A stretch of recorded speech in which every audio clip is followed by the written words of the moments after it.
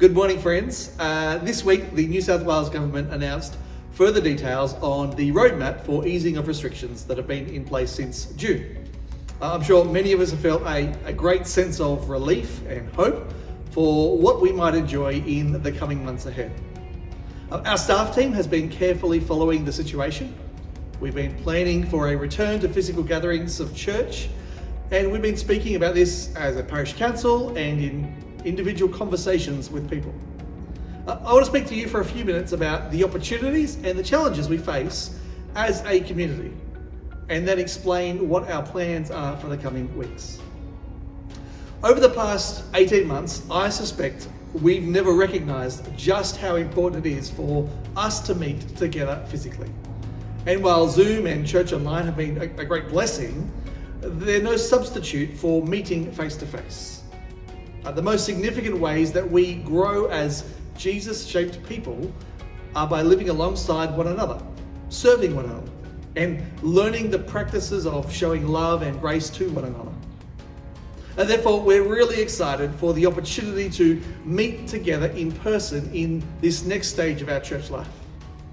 As a Jesus-shaped community, we can bear witness to the love of Jesus by how we treat one another and how we seek to love and serve our city.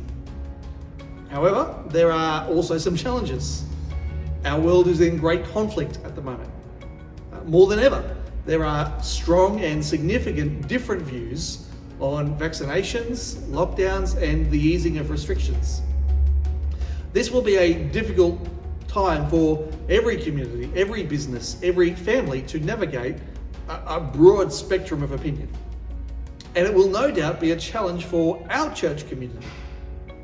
After spending much of the last 18 months as a country aiming for zero COVID-19 cases, the government has been encouraging us to shift our thinking and consider what it looks like to live with COVID. I suspect many of us will feel that it is a change in our mindset. Many of us have greatly enjoyed recent easing of restrictions to see family and friends for the first time in months. But I know there is also a lot of fear around the expected increase of COVID cases in the community.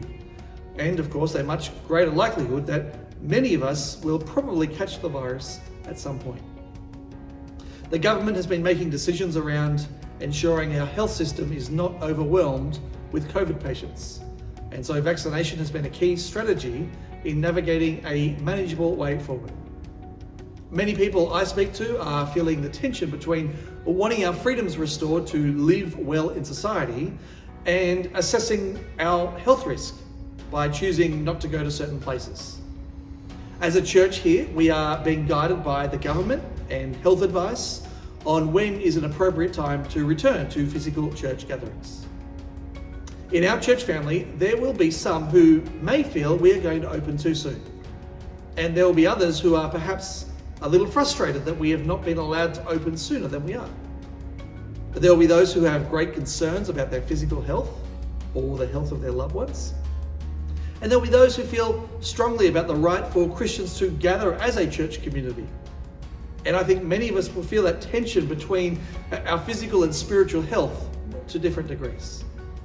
What is crucial for us as Christians is to ensure we adopt an attitude of grace and love.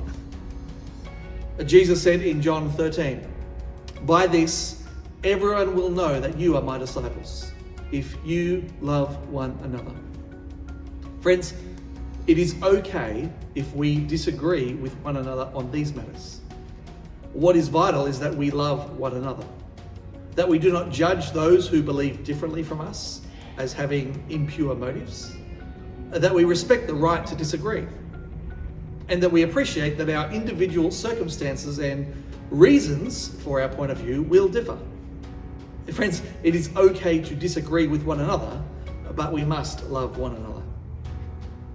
So what are we doing in the coming weeks?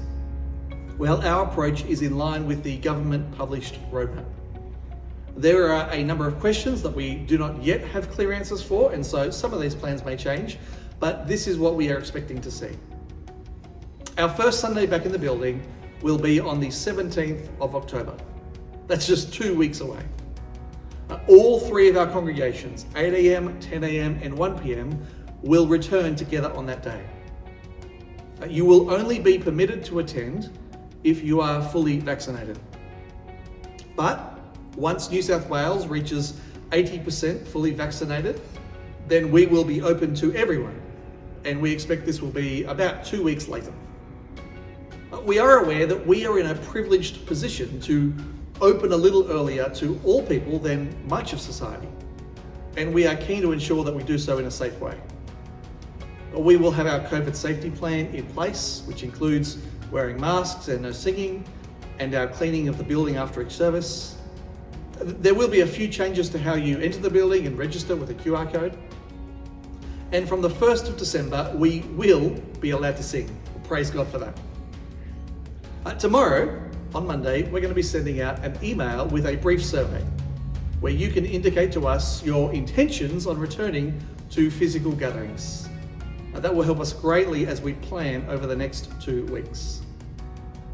Friends, in the midst of the opportunities and uncertainties, the fears and challenges before us, we follow a God who is sovereign over all, a God who is at work in us by His Spirit, who helps us put fear in its place and gives us a sure and certain hope both now and into eternity.